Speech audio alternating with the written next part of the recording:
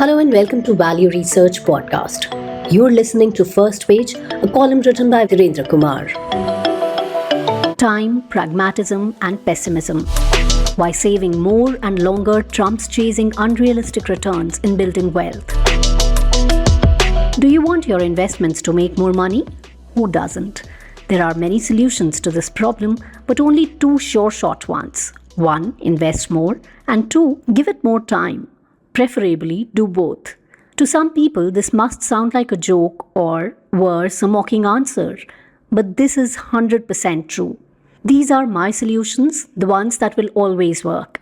Many expect investment analysts to unveil some magical technique, a perfect blend of investment types and timing that can transform modest savings into substantial wealth. For instance, turning monthly investments of 20,000 rupees over a decade into a crore. Such unrealistic expectations are common among investors. However, it's crucial to understand that some financial feats are simply unattainable.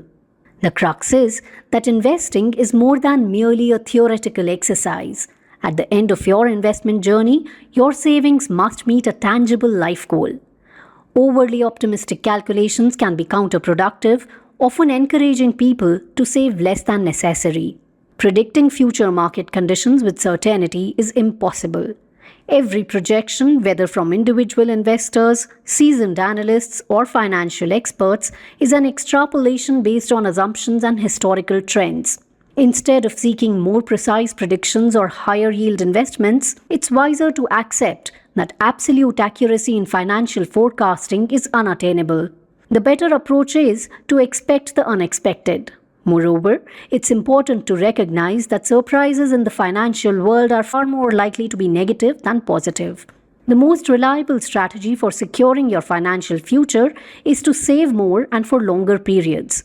A significant challenge is that the vast majority of people either don't save at all or don't save enough. Those who do save often do so without genuine awareness or foresight, failing to project their financial needs into the future. This lack of planning prevents them from realizing the need to save more and more effectively. The investment media bears some responsibility for this situation. Focusing extensively on where to invest inadvertently sends a subconscious message that inadequate savings growth can be remedied simply by finding better investment opportunities. This narrative dominates financial discussions and shapes savers' questions about money management. However, the real solution often lies in addressing the fundamental issue.